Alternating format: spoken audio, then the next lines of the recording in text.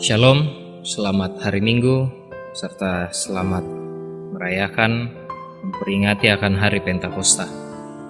Pada saat ini kita akan memasuki kebaktian Minggu Pentakosta yang akan kita hadiri bersama. Untuk itu kita persiapkan hati dan kita angkat pujian untuk memuliakan Tuhan melalui Kidung Jemaat 235 ayat yang pertama. Ku dengar berkat-Mu turun.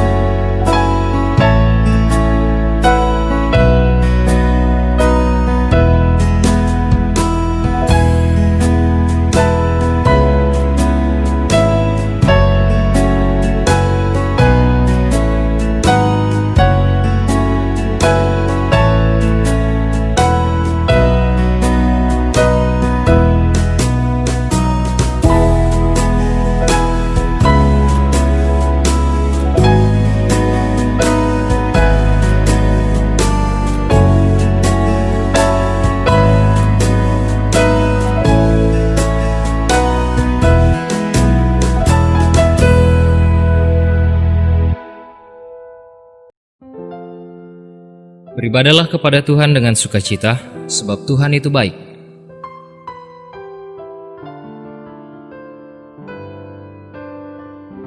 Kita muliakan kembali nama Tuhan dengan Kidung Jemaat 235 tadi, ayatnya yang ketiga.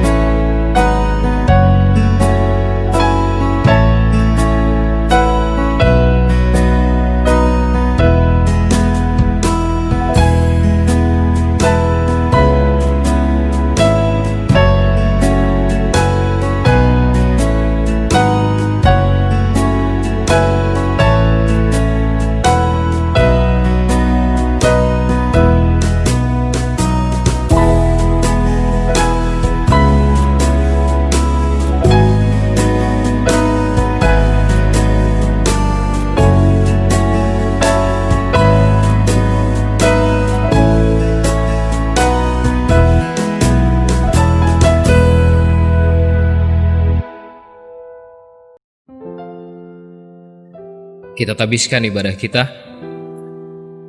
Kebaktian Minggu Pentakosta ini ditabiskan dalam nama Allah Bapa, Anak, dan Roh Kudus. Amin.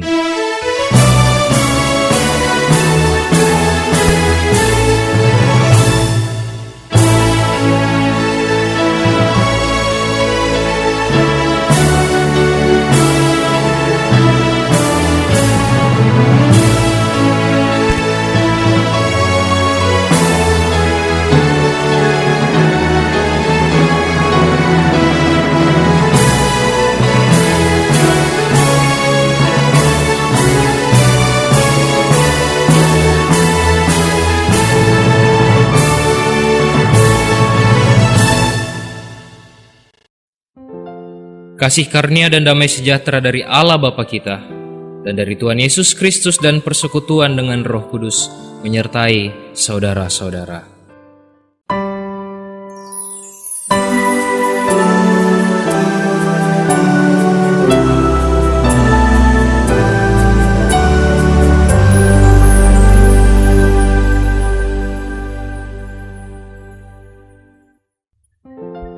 Nas pembimbing kita dalam kebaktian Minggu Pentakosta pada saat ini terambil dari Efesus pasalnya yang pertama ayat yang ke-14 yang berbunyi, dan Roh Kudus itu adalah jaminan bagian kita sampai kita memperoleh seluruhnya, yaitu penebusan yang menjadikan kita milik Allah untuk memuji kemuliaannya. Demikianlah nas yang akan membimbing kita dalam kebaktian pada saat ini. Kembali memuliakan Tuhan dengan Kidung Jemaat 235 tadi ayatnya yang keempat.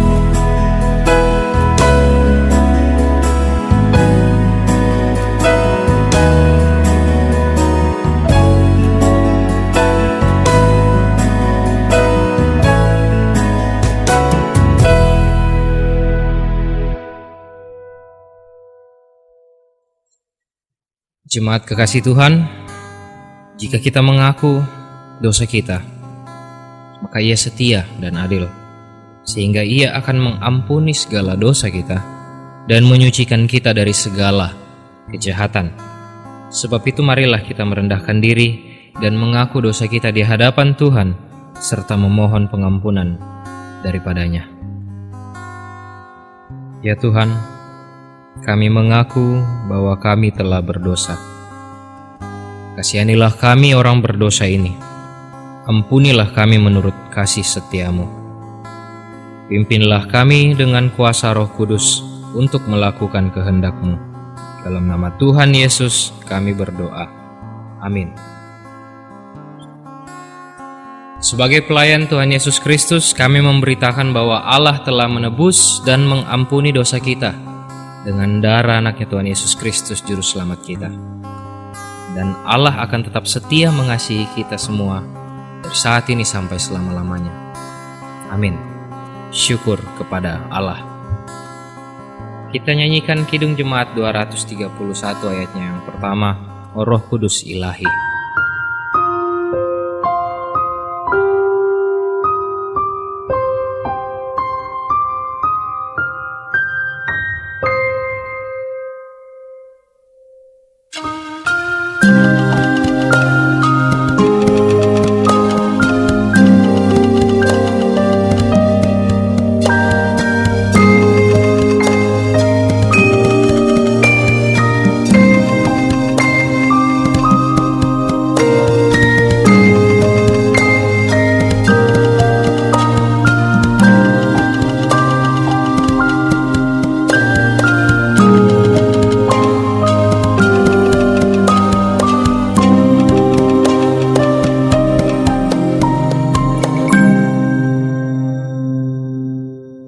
Jemaat kekasih Tuhan, pada saat ini dengarkanlah hukum Allah sebagaimana yang tertulis dalam surat Roma pasal yang ke-12 ayatnya yang ke-9 sampai ayat yang ke-21.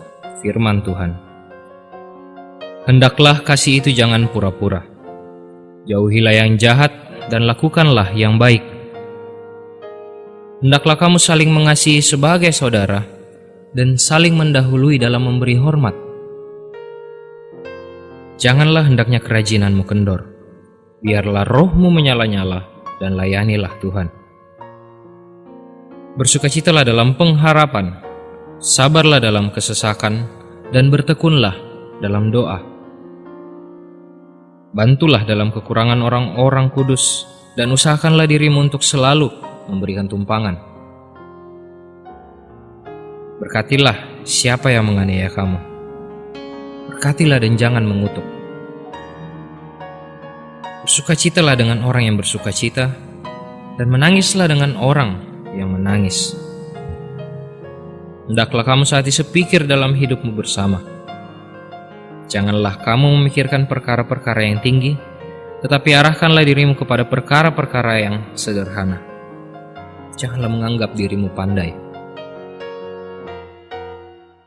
Janganlah membalas kejahatan dengan kejahatan. Lakukanlah apa yang baik bagi semua orang, sedapat-dapatnya kalau hal itu bergantung padamu. Hiduplah dalam perdamaian dengan semua orang.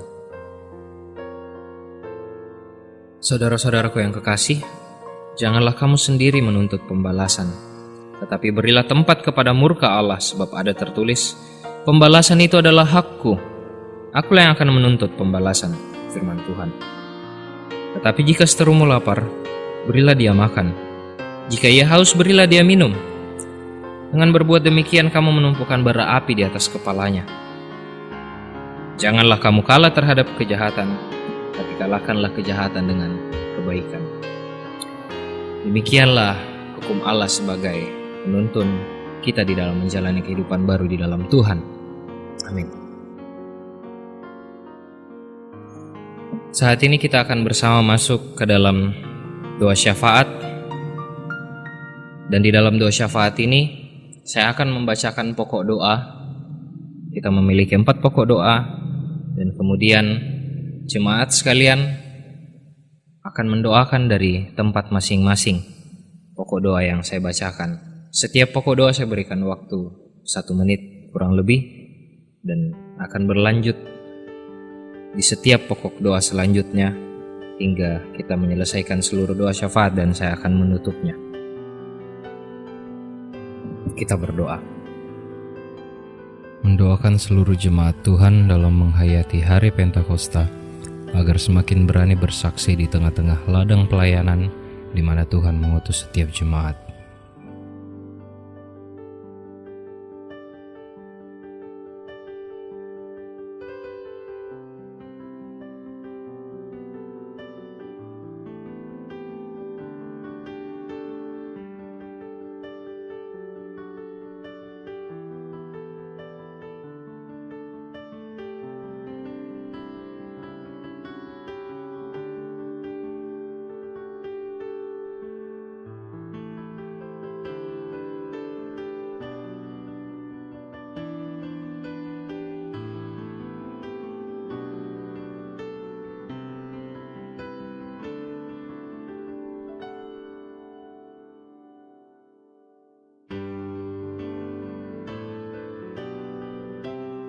Mendoakan persiapan gereja Tuhan untuk memasuki masa normal baru, termasuk mempersiapkan kebutuhan-kebutuhan sesuai protokol dari pemerintah demi kembali melaksanakan kebaktian di gereja.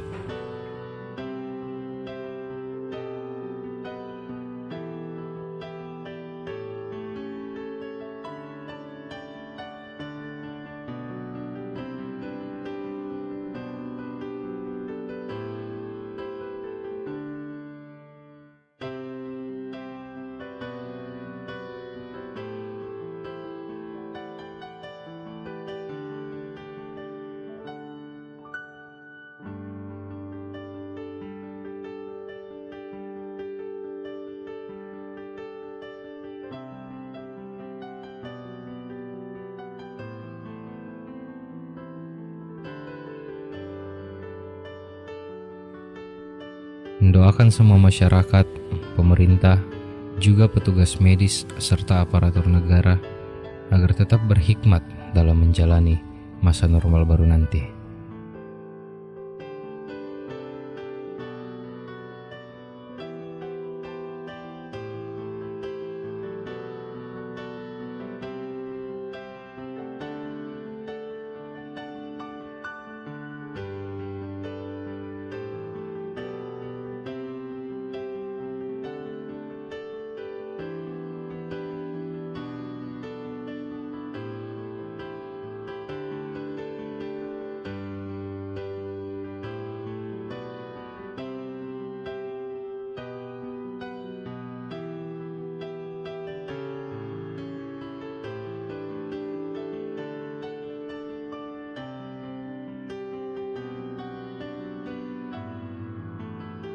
Mendoakan Hari Kesaktian Pancasila yang jatuh pada tanggal 1 Juni nanti sebagai wujud nasionalisme yang mempersatukan keberagaman bangsa di dalam konteks keberimanan akan Pentakosta yang menyatukan keberagaman umat percaya.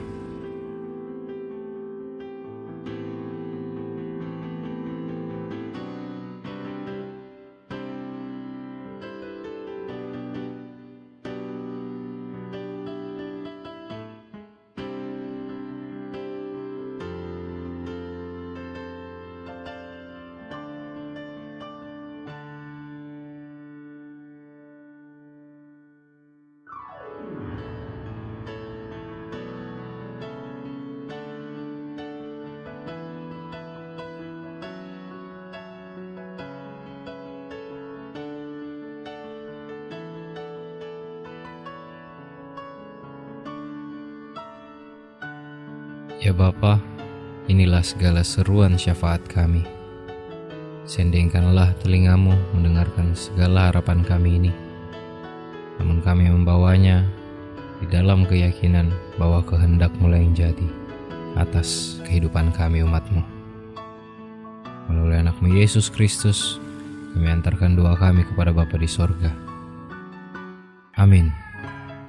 Jemaat yang dikasihi Tuhan, di tengah pandemi yang sedang melanda bangsa kita hingga saat ini, kita teguhkan iman kita melalui pengakuan iman Rasul yang kita ucapkan bersama seluruh umat di segala tempat dan segala zaman. Kita mulai. Aku percaya kepada Allah, Bapa yang Maha Kuasa, Khalik langit dan bumi, dan kepada Yesus Kristus anaknya yang tunggal Tuhan kita, yang dikandung daripada Roh Kudus, lahir dari Maria, yang menderita di bawah pemerintahan Pontius Pilatus, disalibkan, mati dan dikuburkan, turun ke dalam kerajaan maut.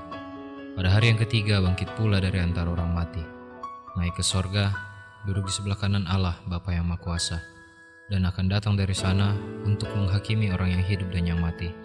Aku percaya kepada Roh Kudus, gereja yang kudus dan am, persekutuan orang kudus, pengampunan dosa, kebangkitan daging, dan hidup yang kekal.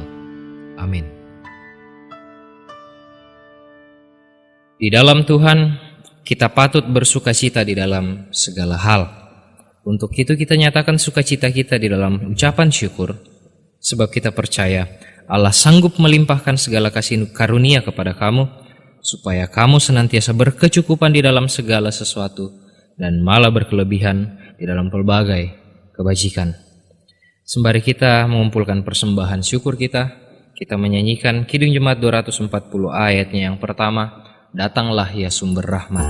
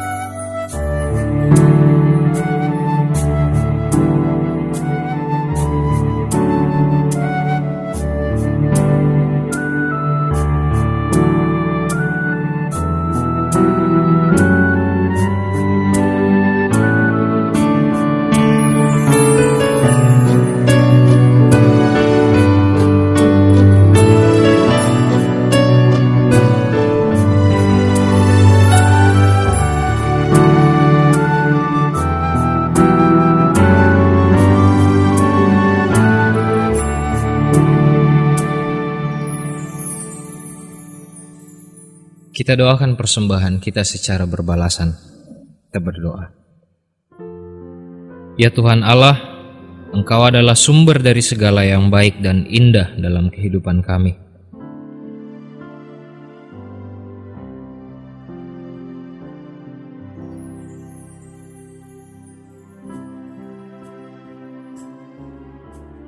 Terimalah persembahan ini ya Tuhan, sebagai tanda syukur dan terima kasih, sebab kami sudah menerima sangat banyak dari Tuhan.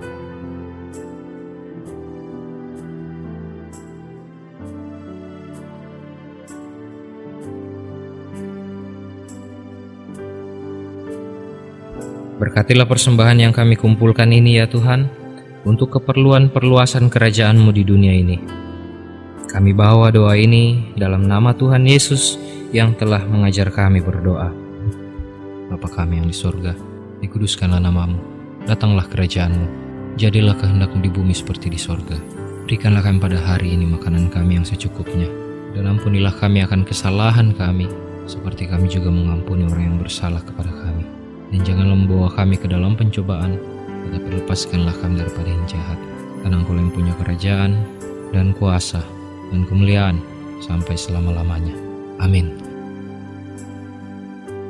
Jemaat yang dikasihi Tuhan, mempersiapkan diri kita masuk ke dalam pelayanan firman, kita menyanyikan Kidung Jemaat 231 ayatnya yang kedua dan yang ketiga.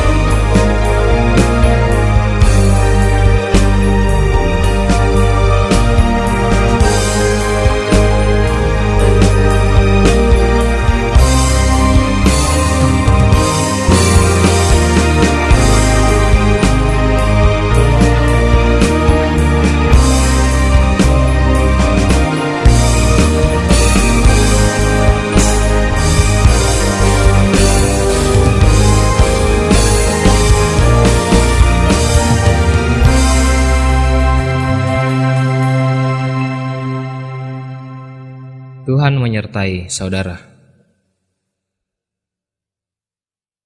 Kita berdoa.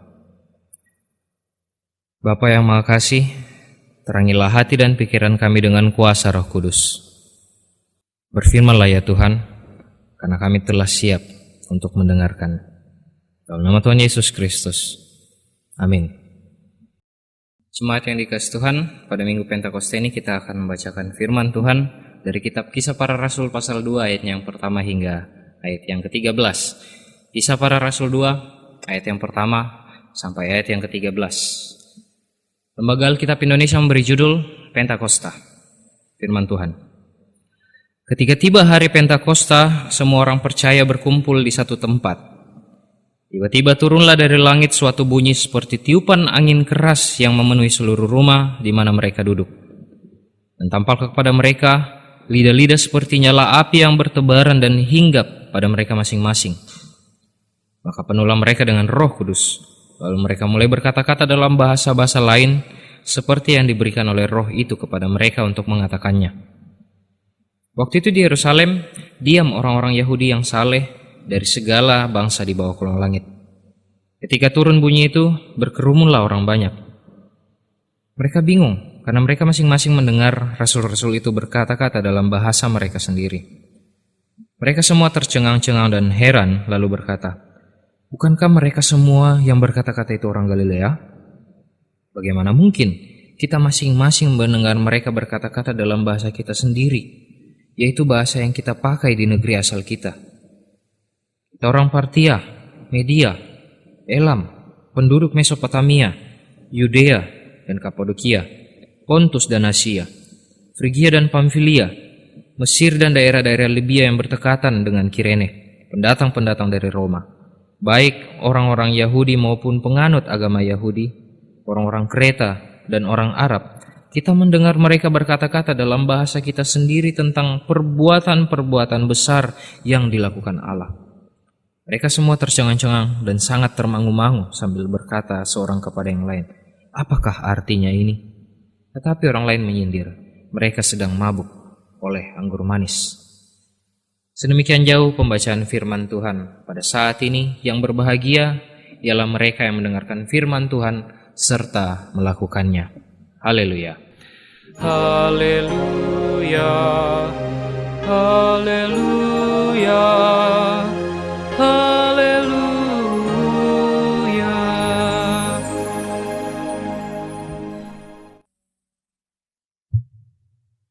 Pada Pentakosta tahun ini, beberapa gereja Tuhan masih harus memperingatinya dalam keterpisahan jarak di rumah masing-masing. Karena beberapa zona merah tentu harus bijak menyikapi situasi dan kondisi di konteksnya juga. Jadi bersyukurlah untuk gereja-gereja yang sudah bisa memperingati Pentakosta di dalam kebersamaan persekutuan umat. Karena pada momen Pentakosta ini, kita memang diajak untuk merefleksikan kebersatuan umat yang dahulu tercerai-berai pada peristiwa Menara Babel, namun dipersatukan kembali oleh kuasa Roh Kudus yang memenuhi para pengikut Kristus saat itu sesuai dengan janji yang Yesus sampaikan. Jemaat yang dikasihi Tuhan, pada renungan kali ini kita akan berfokus menggali kronologi pada Pentakosta, apa yang terjadi saat itu. Lalu kita akan melihat dampak dari Pentakosta itu sendiri. Harapannya, ketika kita sudah mendalami itu semua, kita akan semakin diperlengkapi pula oleh Roh Kudus untuk meneruskan Missio Dei, missio Tuhan, yang ternyatakan pada momen Pentakosta ribuan tahun yang lalu. Namun sebagai catatan pertama, kita saat ini sedang mengenangkan, merefleksikan atau memperingati Pentakosta yang sudah terjadi. Bukan sedang menanti Pentakosta terjadi lagi. Karena memang Pentakosta hanya terjadi sekali saat itu, dan itu yang sudah menjadi dasar semua orang percaya telah diperlengkapi oleh Roh Kudus untuk meneruskan pekabaran Injil. Nah, bagaimana kronologi dan apa yang terjadi di dalam peristiwa Pentakosta itu? Hari Pentakosta atau hari raya 7 minggu adalah hari raya penuaian panen gandum bagi orang Yahudi. Pada momen itu semua orang Yahudi, baik yang ada di Yerusalem ataupun yang sudah berdiaspora, yang berkelana merantau keluar dari Yerusalem akan berkumpul kembali di Yerusalem untuk membawakan persembahan hulu hasilnya. Semua tentang ini kita bisa baca di Imamat 23, tepatnya di ayat 15 sampai 21. Selepas kenaikan Tuhan Yesus ke sorga, semua orang percaya, murid-murid Tuhan, semakin bertekun di dalam doa dan juga persekutuan di Yerusalem sesuai dengan pesan Yesus dalam pasal 1 ayat 4 agar mereka jangan dulu meninggalkan Yerusalem sampai hari yang Tuhan tunjukkan. Saat itu mereka belum sah sebagai sebuah agama resmi, sehingga mereka belum memiliki rumah ibadah sendiri untuk menjalankan ritus agamanya seperti kita saat ini bisa beribadah di gereja, namun karena kondisi beribadah di rumah masing-masing. Jadi dalam ayat pertama pada pembacaan kita itu, mereka sedang berkumpul di suatu tempat, yaitu sebuah ruang atas di dalam sebuah rumah yang bisa kita lihat dalam pasal 1 ayat yang ke-13. Nah, pada saat itulah kejadian di ayat 2 dan ayat 3 berlangsung, angin bertiup keras dan pada mereka masing-masing tampaklah lidah seperti nyala api. Di dalam Alkitab, angin dan api seringkali memang menjadi penggambaran kehadiran Allah. Kita bisa lihat itu di 1 Raja-Raja 18 ayat 38, Yesaya 66, Yesaya 6 ayat 6, Lukas 3 ayat 16, serta Yohanes 3 ayat 8. Nah, jemaat yang dikasih Tuhan, setelah momen supranatural itu terjadi, setelah angin bertiup keras dan pada mereka hinggap lidah seperti nyala api, mereka kemudian dipenuhi oleh Roh Kudus dan mereka mulai berkata-kata dalam bahasa-bahasa lain seperti yang diberikan oleh Roh itu kepada mereka untuk mengatakannya, ayat yang keempat. Teks ini sering dikaitkan dengan sebuah istilah teologi, yaitu xenolalia dan juga glossolalia.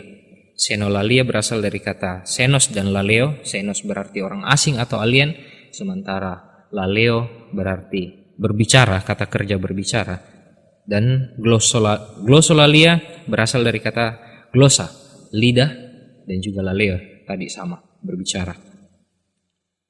Pengaitan-pengaitan dalam kisah di Kisah Para Rasul 2 ini yang kemudian dikaitkan dengan istilah teologi xenolalia dan juga glossolalia sering menjadi dasar penetapan tentang doktrin berbahasa roh, berbahasa lidah.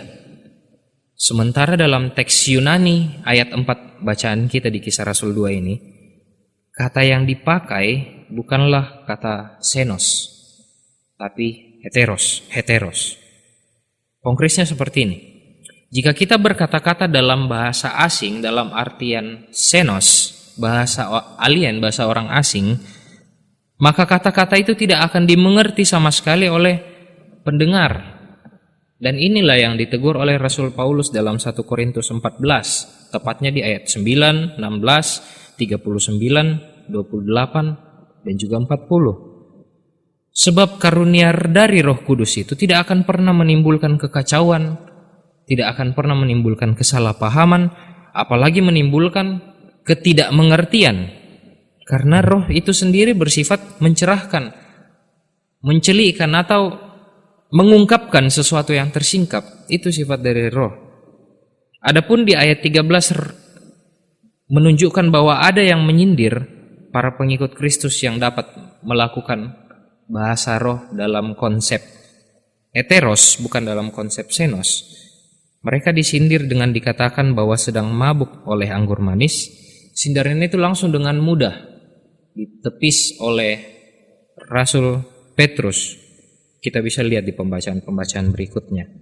Bahkan ayat-ayat sebelumnya juga, mulai dari ayat 6 kalau kita mau baca lagi, kita sudah bisa melihat bahwa realitas saat itu orang-orang yang mendengarkan para pengikut Kristus mengucapkan sebuah bahasa dengan lidah yang lain secara komprehensif. Teks Yunani-nya mengatakan lalain eterais glossais, berarti mengucapkan bahasa dengan lidah yang lain.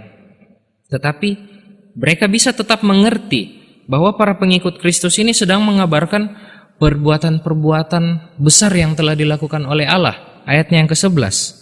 Dan mereka mengerti itu di dalam konteks bahasa mereka masing-masing yang notabene berasal dari berbagai daerah. Itu dipaparkan semua jenis daerah dari ayat 9 sampai ayat ke-11. Partia, Media, Elam, Mesopotamia, dan seterusnya. Jadi dari sini kita jangan terjebak dengan istilah senolalia ataupun glosolalia, karena saya sempat coba searching memang di Google ketika mencari dengan kata kunci glosolalia dan senolalia ini, kita akan lebih cenderung menemukan bahwa glosolalia dan senolalia ini seperti sebuah praktis yang wajar-wajar saja, yang lumrah dilakukan dalam konteks kekristenan. Namun kita coba dengan pendalaman secara tekstual ini, senolalia dan glosolalia sebenarnya sebuah istilah teologi yang muncul kemudian, yang dikait-kaitkan dengan peristiwa Pentakosta. Dan kalau kita juga melihat, menekankan bahwa bahasa roh yang digunakan R di sini, R-nya kecil, bukan Roh Kudus. Seolah-olah senolalia dan glosolalia ini seperti sebuah karunia yang harus dikejar dan dimiliki oleh semua orang percaya. Jangan sampai kita terjebak dalam konsep seperti itu. Apalagi kalau kita sampai terjebak di dalam pemahaman bahwa bahasa roh itu lebih cenderung senolalia. Bahasa roh itu adalah sesuatu yang asing yang tidak bisa kita mengerti sama sekali. Kalau kita memahami bahasa roh dalam konsep senolalia, animisme pun melakukan konsep-konsep seperti itu, bahasa-bahasa seperti itu. Animisme ini kepercayaan yang meyakini hadirnya roh-roh mendiami suatu benda, entah pohon, rumah, barang, apapun itu. Dan kita bisa melihat itu konkretnya lagi dalam praktik perdukunan. Komat kamit mulut, mbak dukun baca mantra, itu juga sebuah konsep bahasa roh di dalam kerangka senolalia. Tidak jelas, tidak ada yang bisa mengerti. Jadi kalau kita tetap ada tinggal dalam pemahaman bahasa roh senolalia ini, wajar saja nanti kita akan menginkludkan praktik perdukunan dalam konsep kesembuhan, dalam konsep pelipat gandaan harta, kekayaan, bahkan hal-hal lain di dalam persekutuan kita, karena memang kita sudah melihat bahasa roh sebagai sebuah yang asing, yang tidak perlu kita mengerti maknanya. Namun sekali lagi, 1 Korintus 14 tadi banyak dituliskan di situ. Rasul Paulus menegur bahasa-bahasa roh yang tidak jelas, yang tidak bisa dipahami. Nah, jemaat yang dikasih Tuhan, perkataan dari roh yang memampukan para murid memberitakan kabar baik kepada semua orang yang berasal dari berbagai background ini menunjukkan bahwa benar kuasa Roh Kuduslah yang bekerja atas mereka. Bukan R kecil lagi, Roh Kudus, Roh besar. Pemberitaan akan karya Allah yang telah terwujud nyatakan dalam Kristus pada momen Pentakosta ini akhirnya menghasilkan penuaian 3.000 jiwa yang percaya kepada Tuhan Yesus Kristus. Inilah dampak nyata dari Pentakosta yang terjadi saat itu. Dan momen itu jugalah yang menjadi langkah awal dari misi Allah, Missio Dei, untuk memberitakan Injil di dunia, mulai menjejaki perjalanannya. Pada pasal-pasal berikut dalam kitab Kisah Para Rasul kita bisa melihat bagaimana Pentakosta yang diawali di bagian awal kitab Kisah Para Rasul ini cukup terjadi satu kali itu saja di Yerusalem, dan akhirnya membuahkan perluasan kerajaan Allah lewat pekabaran Injil para rasul. Mulai dari Samaria, kisah 8, menyusuri wilayah-wilayah orang Yunani, kisah 11 dan seterusnya, bahkan hingga tiba ke Roma, kisah 27, dan hingga menjangkau kita yang ada di belahan Asia Tenggara saat ini. Syukur pada Tuhan, Indonesia juga telah mendengarkan Injil, kabar baik tentang Kristus. Nah, kini tugas kita adalah meneruskan Missio Dei ini, meneruskan misi Allah ini di tengah-tengah kehidupan kita masing-masing. Sebab kita yang telah percaya pada Kristus adalah anak-anak Allah yang juga telah dibaptis dan diperlengkapi pula dengan Roh Kudus untuk menyatakan terang Injil dalam kehidupan kita masing-masing. Jika pada akhirnya pikiran kita masih tertahan memahami bahwa tugas pekabaran ini hanyalah milik para pelayan di gereja, hanyalah milik para evangelis, para pelayan misi, mungkin saja pemaknaan kita tentang Pentakosta masih kurang tepat. Mungkin saja Roh Kudus yang sudah siap memenuhi kita dan meneruskan tugas mulia ini akhirnya tertahan karena kekerasan hati kita. Jemaat yang dikasih Tuhan, memberitakan Injil pada masa kini jangan dikungkung dalam konsep perjalanan pekabaran Injil seperti yang dilakukan oleh para rasul di abad-abad awal Masehi. Ketika kita memilih menuliskan status Facebook atau meneruskan pesan WhatsApp yang memuliakan Tuhan, kita sudah turut memberitakan Injil. Jangan malah kita kasihkan posting berita-berita yang tidak penting, WA yang tidak berfaedah, yang tidak ditahu kebenarannya. Ketika kita mengabdi total di tempat kerja kita masing-masing, walaupun rekan kerja kita yang lain kerjanya setengah-setengah, tapi kita bisa tetap menyelesaikan semua tugas tanggung jawab kita di tempat kerja kita dengan baik. Saat itu juga kita sedang memberitakan Kristus yang turut berkarya dengan baik pula lewat profesi kita, pekerjaan kita. Ketika kita terus memperdengarkan pujian bagi Tuhan di rumah kita, memperdengarkan ketenteraman, keharmonisan bagi para tetangga, saat itu juga kita sedang memberitakan Kristus yang penuh kasih hadir di tengah-tengah rumah tangga kita. Dan saat anak-anak tetap bisa berprestasi di tengah-tengah pandemi ini, mereka tetap bisa bertumbuh dan bertutur kata, bertingkah laku sopan, entah di rumah ataupun di sekolah, dimanapun mereka berada. Saat itu juga anak-anak telah turut memberitakan Kristus yang juga memberi hikmat kepada anak-anak. Di mana lagi ruang kita tidak bisa memberitakan Injil? Di rumah, di sekolah, di tempat kerja, di gereja, bahkan di tengah-tengah masyarakat, kita bisa melakukannya. Kita bisa memberitakan Injil. Entah yang tua ataupun yang muda, juga sama-sama bisa berkontribusi untuk menyatakan kabar baik itu. Jadi apalagi yang menghalangi kita untuk ambil bagian, berkontribusi dalam tugas dari Allah ini, memberitakan Injil. Bergumullah bersama Tuhan. Momen Pentakosta ini seharusnya menjadi langkah awal kita untuk menerima tugas meneruskan Injil Kristus. Dan setiap tahun akan kita peringati sebagai momen untuk kita berkontemplasi sejauh mana kontribusi pekabaran Injil yang telah saya lakukan. Mari sebarkan Injil ke seluruh dunia. Amin. Kita responi firman ini sebagaimana pesan di akhir perenungan tadi. PKJ 183 ayat yang pertama, mari sebarkan Injil.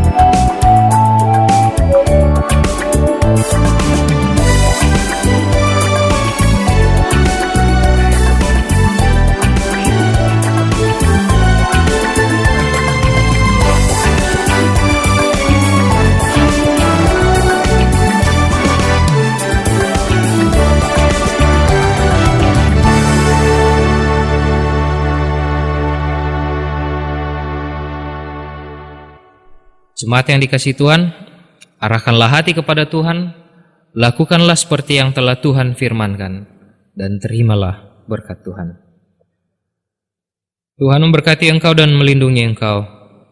Tuhan menyinari engkau dengan wajah-Nya dan memberi engkau kasih karunia. Tuhan menghadapkan wajah-Nya kepadamu dan memberi engkau damai sejahtera. Amin. Amin.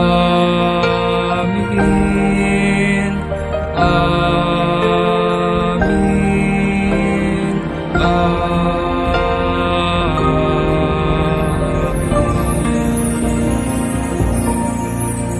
Demikianlah kebaktian Minggu Pentakosta kita pada hari ini. Selamat meneruskan tugas dari Allah untuk mengabarkan kabar baik kepada semua makhluk. Tuhan Yesus memberkati kita sekalian.